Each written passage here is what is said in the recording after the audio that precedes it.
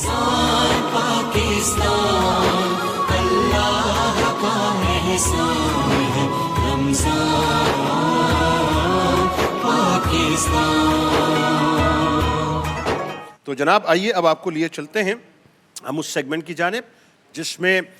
ہمارے بہت ہی پیارے ممتاز روحانی اسکالر جناب آغا منہاج صاحب تشریف فرما ہوتے ہیں، اور یہ مجھے اشارہ آغا صاحب نے کر دیا ہے کہ یہ گلاس کسی اور کو نہیں جا سکتا، وہاں سے اشارہ آ چکا ہے ان کا۔ اور ناظرین آپ کو بنیادی طور پہ جو وظائف کی برکت ہے انشاءاللہ آغا صاحب کے ذریعے پہنچے گی، اور آپ کو بتائیں گے صاحب کہ آپ کے جتنے بھی مسائل ہیں قرآن اور سنت کی روشنی میں اس کا حل انشاءاللہ دینے جا رہے ہیں۔ تو آغا صاحب کا گلاس بھی مجھے دے دیجئے، مجھے اشارہ وہاں سے دور سے انہوں نے کر دیا ہے کہ آج آپ ضرور یہ گلاس جو ہے میرے لیے لیتے ہوئے آئیے۔ آغا صاحب السلام علیکم۔ وعلیکم السلام ورحمۃ اللہ وبرکاتہ۔ بھائی دیکھیے آج آپ کے لیے جو ہے بڑی مہربانی، میں اصل میں کافی لور ہوں اور میں کافی بہت زیادہ پیتا ہوں، میں خود اپنے ہاتھوں سے آپ کو سرو بڑی کرنے کے لیے کہہ رہا ہوں، آپ دیکھ لیجئے کتنی جنت کی بشارت ہے یہ میرے لیے۔ سر بہت شکریہ، مغفرت کی بشارت ہوگی۔ اللہ اکبر۔ اچھا آغا صاحب، ایک تو یہ کہ جو سوال پہلا آیا ہے وہ بنیادی طور پر پہلے تو آپ کافی کے بارے میں بتائیے ذرا سا، ایک سپ لے کے یہ کیسی بنی ہے، تو ضروری ہے نا، مطلب اپریسیشن تو آپ کی طرف سے جانی چاہیے نا، اور یہ بالکل آپ کے ٹیسٹ کے مطابق ہے آئی تھنک سو۔ اصل میں ان کے ہاتھ کا کھانا پینا ہم نے تھوڑا بہت کھایا ہے، ہاں، اور ماشاءاللہ ماشاءاللہ ماشاءاللہ میں نے کل بھی تعریف کرنے کی کوشش کی تھی، اور میں آج بھی کہہ رہا ہوں کہ ماشاءاللہ ہماری بہن بہت آگے جائیں گی، بہت ترقی کریں گی، نیت کی صاف ہیں۔ اور میں یہ دیکھتا ہوں کہ جب یہ یہاں پہ قصیدہ بردا شریف چل رہا ہوتا ہے نا، یہ پڑھ رہی ہوتی ہیں ماشاءاللہ ماشاءاللہ ماشاءاللہ۔ وہ کیا کہتے تھے پرانے وقتوں میں؟ سگڑ خاتون کہتے تھے نا۔ ہاں۔ اچھا خواب ہے جی کہ میں نے خواب میں دیکھا ہے کہ میں پرندے کی طرح ہواؤں، بادلوں، تاروں اور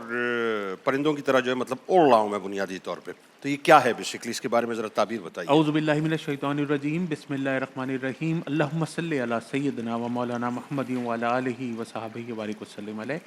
پروگرام دیکھتے جائیے، درود پاک کے نذرانے حضور علیہ الصلوۃ والسلام پر، ان کے آل و اصحاب پر پڑھتے جائیے، اور آج 25ویں شب ہے، ممکنہ شب قدر ہے، تاک رات ہے،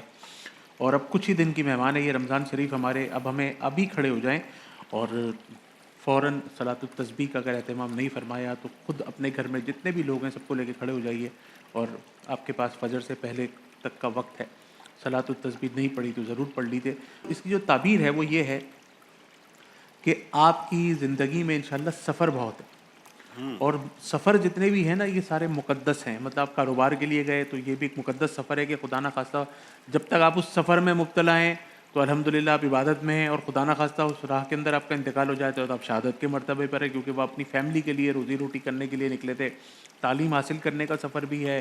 مدینۃ المنور اور مکہ معظمہ کا سفر بھی ہے، اور بہت ساری ہولی پلیسز ہمارے ماشاءاللہ دنیا میں ہم مسلمانوں کے لیے ہیں۔ سرکار بغداد حضور غوث پاک کے مزار شریف بھی جا سکتے ہیں، کربلا بھی جا سکتے ہیں، حضرت علی کرم اللہ وجہ الکریم کے دربار بھی جا سکتے ہیں، مکے اور مدینہ شریف میں بار بار عمرے کی اور حج کی سعادت بھی آپ کو نصیب ہو سکتی ہے۔ اور ایک بہت اچھی بات یہ ہے کہ یہ سارا کام آپ کی فیملی کے ساتھ ہوگا، آپ کی بیوی، آپ کے بچے، آپ کے اہل و عیال، اور میں ڈیٹیل میں آپ سے بات نہیں کر سکا نہ، یقیناً آپ کی دعاؤں کے اندر ایک دعا یہ ضرور ہوئی ہوگی کہ یا رب العالمین مجھے حجاز مقدس کا مسافر بنا، تو شاید آپ کی دعائیں اللہ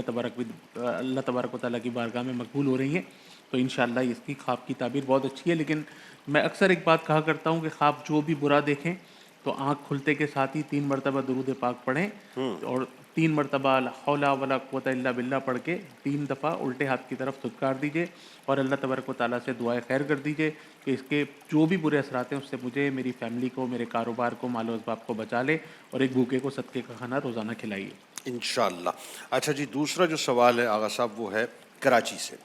حادثات سے بچنے اور برے وقت اور آزمائش سے بچنے کے وظائف بتائیے۔ حادثات سے بچنے کا جو وظیفہ ہے وہ عمومی طور پہ ہم اس طرح دیتے ہیں کہ جب آپ گھر سے باہر نکلیں تو سیدھے قدم نکلیں، اور گھر سے باہر نکلیں تو بسم اللہ توکلت علی اللہ لا حول ولا قوت الا باللہ یہ پڑھ لیجیے، اور اس کے بعد آیت الکرسی پڑھ لیجیے، اور جب آپ اپنے گھر میں داخل ہوں تو سیدھے قدم داخل ہوں، اور داخل ہوتے کے ساتھ ہی سب سے پہلے پڑھیں سب سے چھوٹا درود پاک صلی اللہ علیہ وآلہ وسلم، اس کے بعد پڑھیں 3 مرتبہ سورہ اخلاص، اور پھر بلند آواز سے سب کو السلام علیکم ورحمۃ اللہ وبرکاتہ۔ یہ تو ہو گیا ایسا وظیفہ جس سے انشاءاللہ آپ اپنے گھر سے لے کے کاروبار تک جانے تک اور واپس آنے تک بڑے امن میں رہیں گے، عافیت میں رہیں گے، 5 نمازوں کی پابندی اس دوران ہوتی رہے تو انشاءاللہ بڑا کرم رہے گا آپ کے اوپر انشاءاللہ جی۔ اور آخری سوال کوئٹہ سے ہے، اور یہ میرا خیال ہے ہر ایک کا یہ سوال ہوگا کہ دعائیں قبول نہیں ہوتی ہیں، دعائیں قبول ہوں کیسے ہوں، اس کے لیے کچھ وظائف بتائیے۔ 2 نفل آپ تہجد کے پڑھیں اور اس کے بعد سبحان اللہ و بحمدہ سبحان اللہ العظیم پڑھتے ہوئے فجر کا انتظار کریں۔ جب فجر کی نماز ہو جائے تو لا الہ الا اللہ الملک الحق المبین 100 مرتبہ پڑھیں۔ اس کے بعد انتظار کریں 1 گھنٹہ، اور 1 گھنٹہ آپ نے کیا کرنا ہے؟ قرآن پاک کی تلاوت۔ جیسے ہی سورج طلوع ہوا 2 نفل اشراق اور 2 نفل چاشت، انشاءاللہ ان کی برکتیں دیکھیے آپ اپنے گھر میں کہ تہجد پڑھ لی، تہجد پڑھنے کے بعد آپ نے فجر کا انتظار کر لیا، درود پاک پڑھ لیا، فجر ہو گئی، فجر کے بعد 100 مرتبہ سبحان اللہ و بحمدہ سبحان اللہ العظیم و بحمدہ استغفر اللہ پڑھ لیا، 100 مرتبہ لا الہ الا اللہ الملک الحق المبین یہ 100 مرتبہ پڑھ لیا، یا فتاح ہو یا رزاق ہو یا وہاب ہو یہ 100 مرتبہ پڑھ لیا، قرآن پاک کی تلاوت کر لی، اور اشراق اور چاشت 2 نفل اشراق اور 2 چاشت جیسی سورج طلوع ہوا یہ پڑھنے کے بعد پھر آپ اس کے کرشمے دیکھیے۔ اللہ کی مہربانی سے آپ یہ نہیں کہیں گے کہ میری کوئی دعا جو ہے وہ رد نہیں ہوتی، انشاءاللہ بامراد ہو جائیں گے اللہ کے حکم سے۔ اللہ آپ کو تمام کچھ عطا فرمائے گا جو آپ کے حق میں بہتر ہوگا، اور اللہ سے مانگنا بھی یہی چاہیے کہ وہ مجھے عطا فرما جو میرے حق میں بہتر ہے۔ کبھی اللہ تبارک و تعالیٰ سے ضد نہیں کرنی چاہیے۔ کیا کہنا ہے، سبحان اللہ، بہت شکریہ آغا صاحب، آپ تشریف لائے۔ اور حقیقت یہ ہے نا، ایک ہماری چاہت ہے ظاہر ہے، ایک اس کی چاہت ہے، بے شک، اور ہونا وہی ہے جو اس کی چاہت ہے۔ بات وہی ہے، ہم اپنی چاہتوں میں اپنے آپ کو تھکا دیتے ہیں اور تھک جاتے ہیں، لیکن اگر ہم اس کی چاہت کے تابع ہو جائیں صاحب تو اس کی اور ہماری چاہت پھر ایک ہو جاتی ہے، اور جب اس کی ہماری چاہت ایک ہو جاتی ہے ناظرین تو پھر یقین مانیے ہم چاہ کے بھی اس کی چاہت سے ڈیویٹ نہیں کرتے۔ ایک مختصر سا وقفہ ہے، لوٹ کے انشاءاللہ علم کے موتیوں کو سمیٹیں گے، اور آج بات ہوگی ایمان کی طاقت کے اوپر جس کو ہم بہت زیادہ فار گرانٹیڈ لیتے ہیں۔ مختصر سا وقفہ۔ رمضان پاکستان اللہ کا احسان ہے، رمضان پاکستان